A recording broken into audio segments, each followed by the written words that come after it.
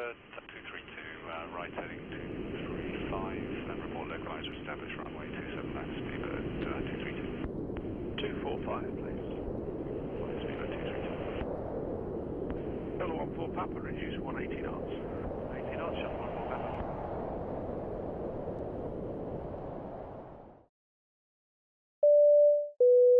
There's Alaska Airlines, with close-in gates, roomy seating, and our special Gold Coast service. So next trip, fly Alaska Airlines, and fly with a happy face. The day was Friday, August 10th, 2018. A sunny day with a high of 75 and a low of 64. We are in Seattle, Washington, at the Seattle-Tacoma International Airport. The largest airport in the Pacific Northwest, it is also the primary airline headquarters of Alaska Airlines and its parent company, Horizon Air. Everything that day went forward as normal, calm and unassuming as any other. Exactly how an airport should be run, according to plan, calculated, and with no surprises. Well, that is until 7:15 p.m., when the events that would unfold would etch their way into aviation history and most certainly into the halls of the Lancaster Library.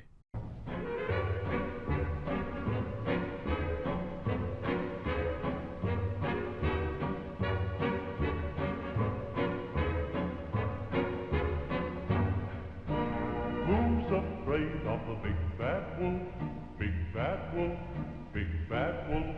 Who's afraid of the big bad wolf? Fa la la la la.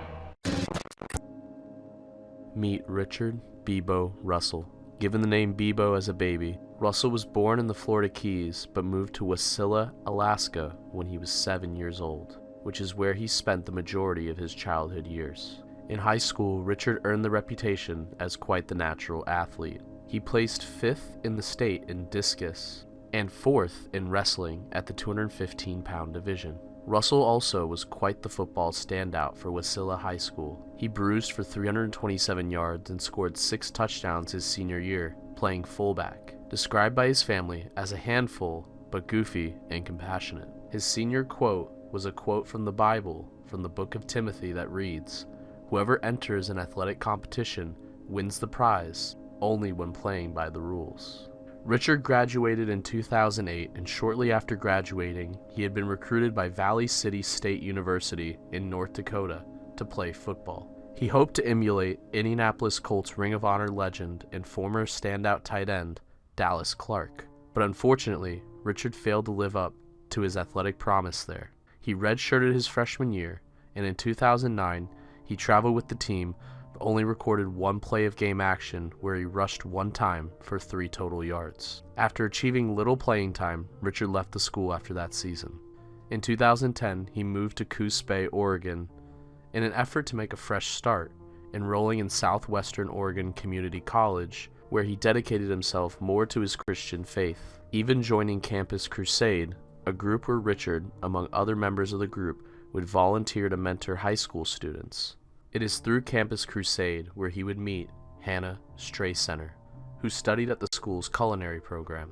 According to a person within the group, Hannah and Richard went from sitting across from each other at the table to next to each other fairly quickly. Safe to say the two hit it off, and by 2012 the two were married, and shortly thereafter they would open a bakery called Hannah Marie's Artisan Breads and Pastries. One newspaper described them as having different personalities. Hannah was more detail-focused and took the reins of the business, while her husband was more laid-back and eager to experiment with new recipes for the business. In turn, they balanced each other out well. Hannah and Richard's bread and pastry business began to find early success in the community, but despite their newfound success, Hannah began to feel isolated and alone in the town of Coos Bay, and the couple had already begun plans to move elsewhere. Richard suggested they move back to Wasilla, Alaska, near his family, but failed to convince Hannah, and they eventually settled on a 6.5-hour drive to the town of Sumner, Washington, closer to Hannah's family instead. In the fall of 2014, they sold their bakery, and in the summer of 2015, the couple would move into their new home in Washington. Richard, now looking for work in the couple's newfound environment, He was brought on as a ground service agent with Horizon Air at the Seattle-Tacoma International Airport. However, to Richard Russell, this wasn't the ideal job for him at all, a point he made abundantly clear in a blog post he wrote about the situation. "I never thought I would work as a ground service agent for an airlines company. I always felt bad for the guys and gals who handled luggage. Every time I traveled, I would look out of my plane window and see these sullen-looking individuals leisurely pacing around or hectically throwing bags into a cart. It seemed like such miserable work, and I never could imagine why anyone would want to subject themselves to all the constant noise, gas fumes, and heavy lifting. I would like to dedicate this blog to the life of a ramper and highlight the remarkable contrast between our work and rest." But even Richard's quote-unquote miserable work had its advantages, one of those being free flight benefits through Horizon Air and its subsidiary, Alaska Airlines, meaning he could visit his family in Alaska whenever he had the time, absolutely free of charge. I'm Beebo Russell, and I'm a ground service agent. That means I lift a lot of bags. Like a lot of bags. So many bags. Look at all them bags. Ooh, a purple one. He, like many employees, complained about work, but came off as a sincere and quite normal guy who was eager about the job at hand. During Richard's day-to-day work, he was a part of a two-person tow team that turned around airplanes. He was regularly allowed to be alone in the cockpits from anywhere between 10 to 45 minutes at a time. He turned on planes' batteries and communicated with air traffic controllers to be sure everything was done correctly and to code. Richard during this time took interest in the planes he helped service. Richard's online search history later revealed that Russell had looked up instructional videos on how to fly an airplane.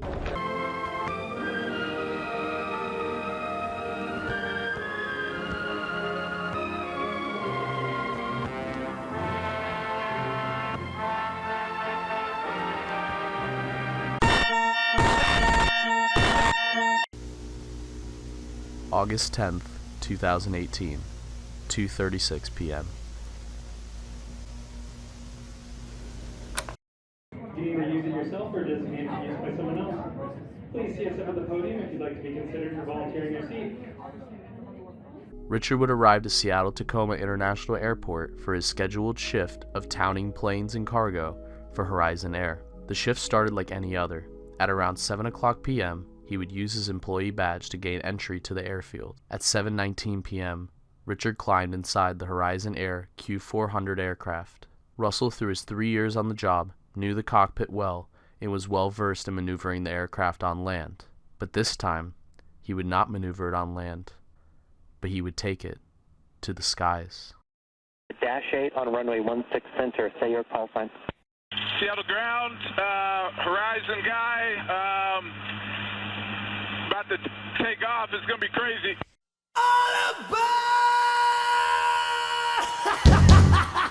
Sorry, you need to call and scramble now.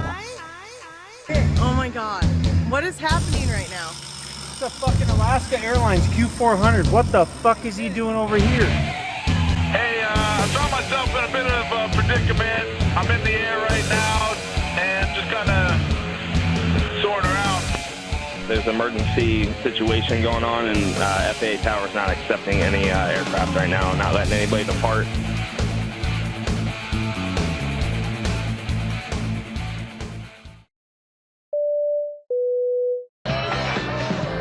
Sometimes finding the right person for the right job is a matter of destiny. Alaska Airlines, for the same price, you just get more.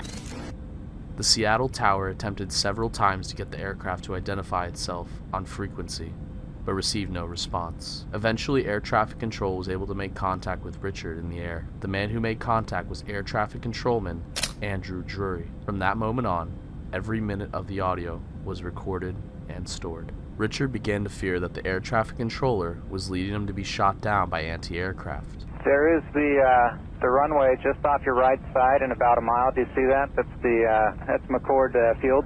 Oh man, those guys will rough me up if I tried landing there. I think I might mess something up there too. I wouldn't want to do that. Hopefully, they probably got anti-aircraft. A rightful fear, as two F-15 Eagles were deployed from the Oregon Air National Guard when alerted of an unauthorized takeoff under the command of NORAD. but Drury assured him that they would not shoot him down. No, they don't have any of that stuff. We're just trying to find a place for you to land safely.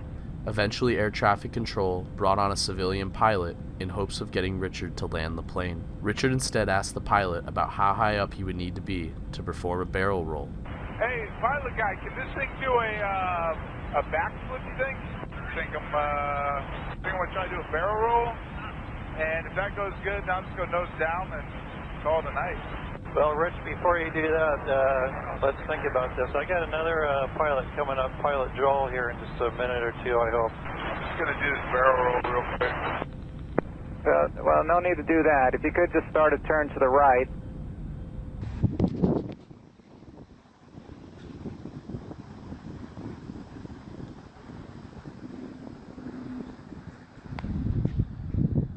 You'd be a hero if you could pull off a landing.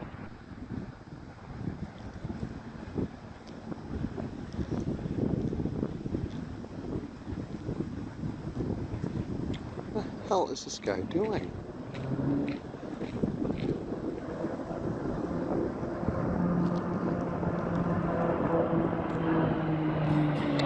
All right, Rich, this is Captain Bill. Congratulations, you did that. Now let's try to land that airplane safely and not hurt anybody on the ground. 15 minutes later, at 8:46 p.m., the plane's fuel reserves were nearly empty, and one of the engines seemed to be going out. Richard would make his very last transmission in his last recorded words. I got a lot of people that care about me, and it's going to disappoint them to you that I did this. I would like to apologize to each and every one of them.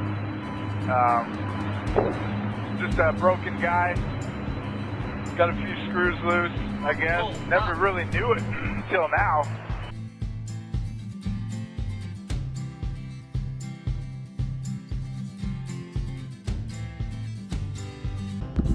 Yo, I think a plane just crashed into this island right here, and I missed it, but a plane just crashed, and there's jets. What the It's better to feel pain than nothing at all. The opposite of love's indifference. Richard Russell would crash the Q400 into the woods of Ketron Island in the Puget Sound. Richard Russell was killed on impact. Upon his death, in the media storm that followed, he was dubbed as a sort of folk hero due to his very relatable remarks during his hour-and-a-half flight that resonated with many across the world, which eventually led the public donning him the name Sky King. The Sky King? Sky King. Man, I'm sorry about this. I hope this doesn't ruin your day. Just flying the plane around, you seem comfortable with that? Oh, hell yeah, it's a blast, man. I played video games before, so I know what I'm doing a little bit. Okay, do you know how fast you're going? Minimum wage. We'll chalk it up to that. Maybe that'll grease the gears a little bit with the higher up. Just a broken guy. Got a few screws loose, I guess. Never really knew it until now. The story of Beebo Russell is relatable to many. A hard-working man who had their athletic dreams come to an end, moving around place to place, trying to figure out where you fit in, missing the family you grew up with, having to deal with indifferent bosses at work, and eventually a human cog in the machine, until Richard Beebo Russell decided that he would not be a part of it any longer. For that crazy adrenaline-filled hour-and-a-half, he was more free than many people in our societies will ever be. Beebo Russell paid the ultimate price for that freedom. But alas, he was free with nothing but the limit of the skies and the amount of fuel left in his tank holding him back. Richard overall was a big fan of memes and an enjoyer of all things internet, so safe to say he would have enjoyed his title as the Sky King.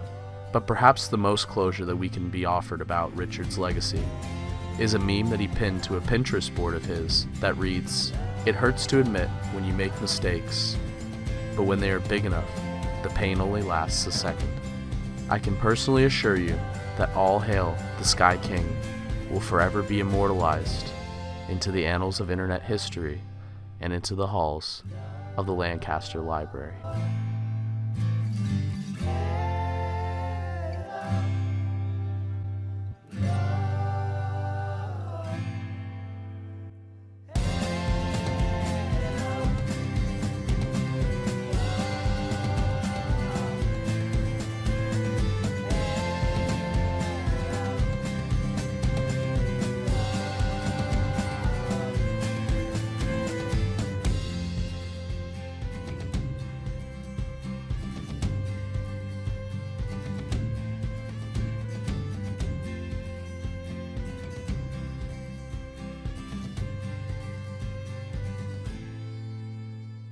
To be honest with you, I mean, commercial aircraft are complex machines.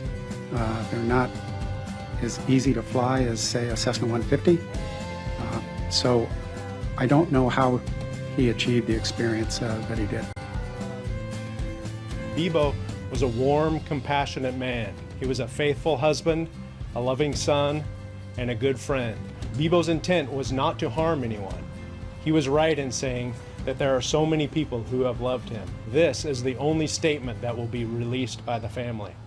At this time, the family is moving forward with the difficult task of processing our grief. We appreciate your prayers. Thank you, the family of Beebo Russell.